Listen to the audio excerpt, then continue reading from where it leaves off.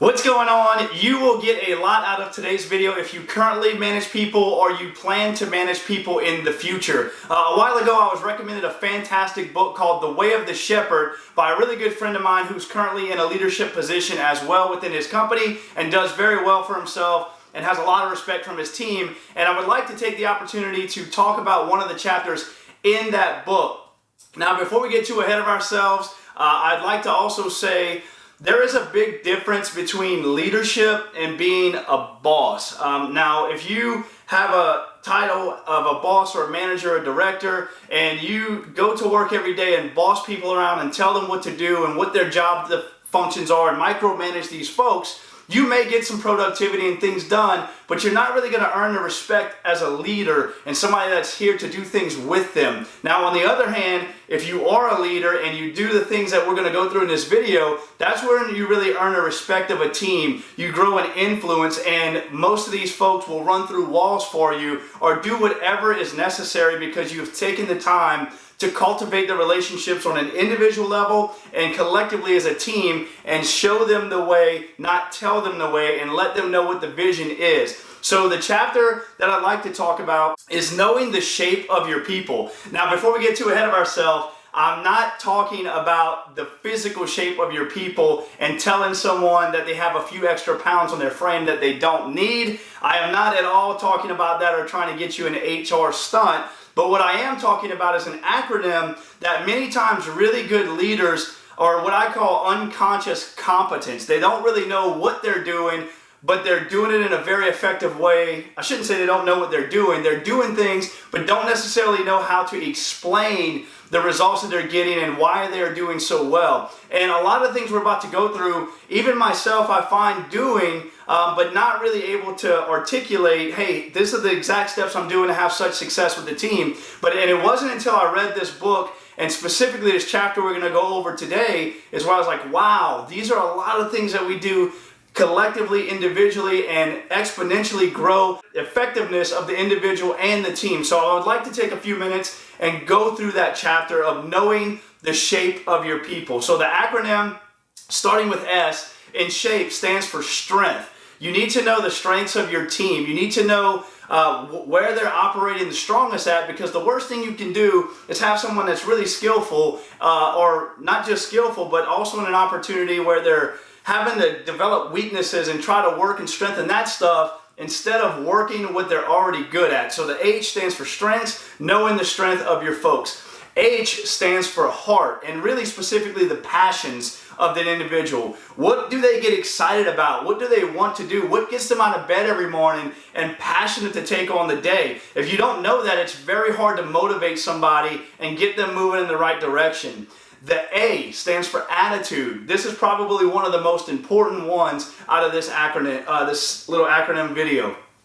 The attitude of your people. You want positive, can-do people and are willing to get it done, usually on whatever it takes. And if I had the choice to have somebody on my team that was either had an incredible attitude or only had talent and a bad attitude, I would pick attitude every single time, because most of the time in different positions, you can teach them what you need them to know. You can't necessarily always teach a fantastic attitude. And if somebody has a bad attitude in your organization, trust me when I tell you, it is like a poison. It starts with just them. It trickles over to a few other people that they associate with every day. Before you know it, they're having a very negative impact on all of the folks in your team. That you're going to start to see productivity go down, morale go down, your culture is going to suffer. So if somebody has a terrible attitude on your team, it is best to either coach them up, let them know what needs to change, or coach them out. That way they don't poison what you're working so hard to cultivate. The P stands for personality.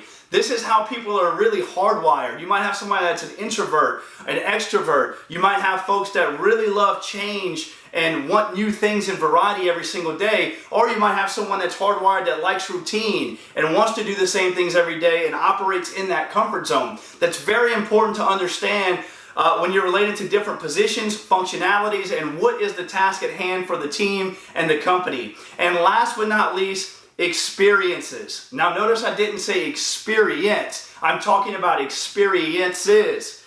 So let me give you an example. I am in the sales world. I lead a sales team, and let's say we were going to bring somebody on to the team and they didn't necessarily have sales experience. However, they had customer service experience. They were extroverted. They talked to people, had a fantastic attitude, and weren't afraid of rejection and getting things done. The attitude piece might be enough for me to be able to coach somebody and teach them the fundamental things they need to learn how to be a good salesperson. On the other hand, if somebody had good sales experience, but they had a terrible attitude, they didn't want to deal with customers, didn't really face rejection well, that's probably not a good fit. So although somebody may not have the experience of a salesperson, they may have experiences that lead all the way up to make them a great salesperson with some coaching, training, leadership, and direction. So to recap, know the shape of your people. It is very easy to try to boss folks around, but if you will come from this as a mindset as a leader, and more importantly, a servant leader, I'm here to help you get everything you want out of this opportunity. I'm here to help you grow, keep you on the right track so we can all win together. So the shape, know the strengths of your people. The H, know the heart, their passion. The A, know their attitudes. How is their attitude? P is their personality. E is experiences. When you have this framework, you can now start to go down the checklist and see how you're doing individually with each one of the folks on your team. And if you spend some time doing that and putting the work in the field and the individual, you will see the team start to take care of itself, create a culture of amazing productivity, amazing attitudes, and people that want to get up every day and they're excited and they want to win, and you can be the leader that leads them to victory. So I hope you found tremendous value in this video today. Share this with anyone that is a leader or may be a leader or may need to hear this on leadership, and I will catch you on the next one. This video is a wrap. Bye for now.